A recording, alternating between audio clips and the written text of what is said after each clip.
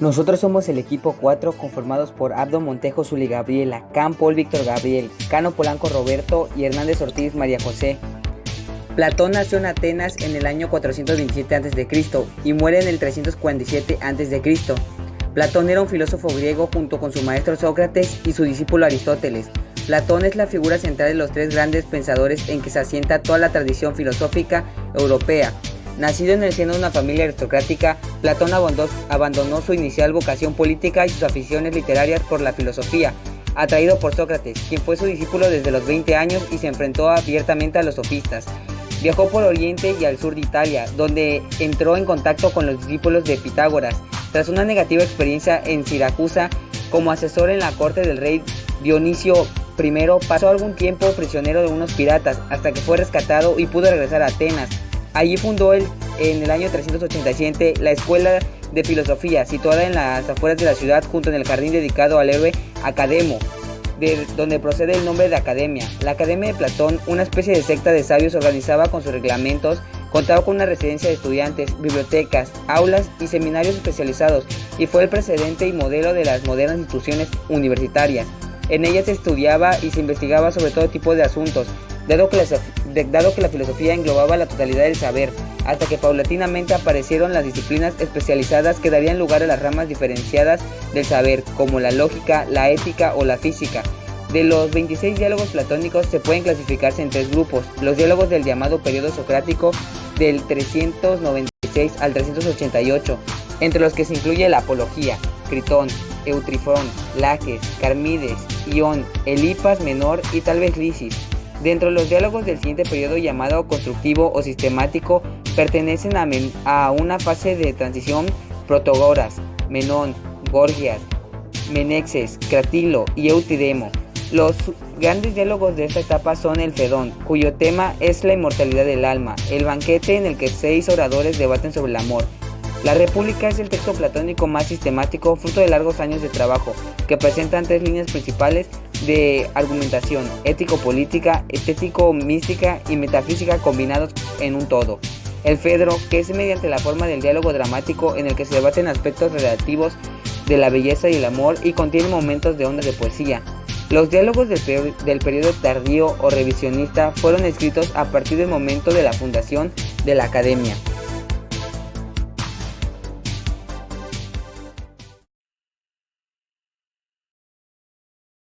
Se encuentran siempre mirando hacia la pared, con sus cadenas agarrándoles desde atrás. Un poco por encima de ellos hay una hoguera que ilumina levemente la zona. Entre ambos se levanta un muro que representa las trampas.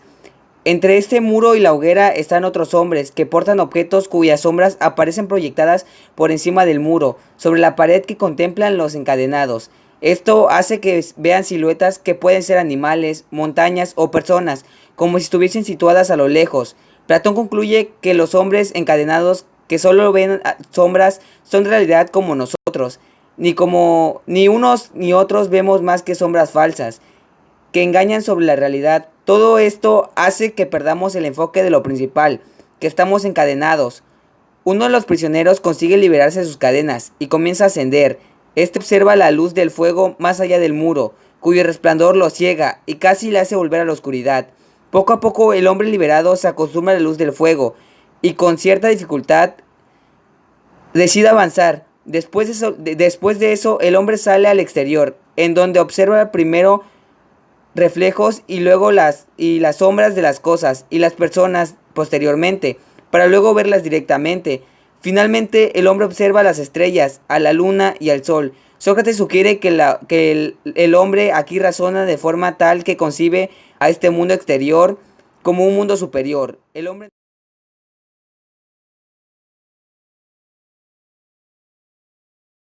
En el Parménides, Platón revisa la doctrina de las ideas. En el Teeto combate el escepticismo de Protágoras acerca del conocimiento, al tiempo que exalta la vida contemplativa del filósofo. En el Timeo expone el mito de la creación del mundo por obra del demiurgo.